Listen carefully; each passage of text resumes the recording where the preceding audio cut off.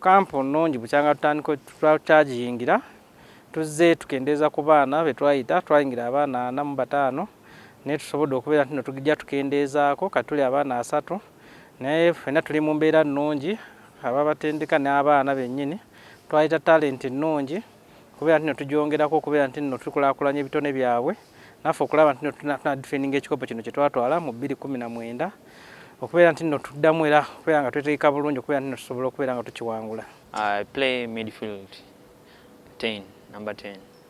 I'm so happy to be on the national team.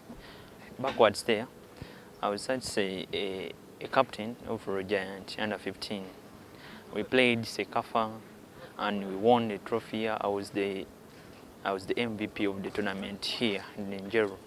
I would do anything which is possible, passing, doing what, penetration passes, scoring goals in order to win the trophy.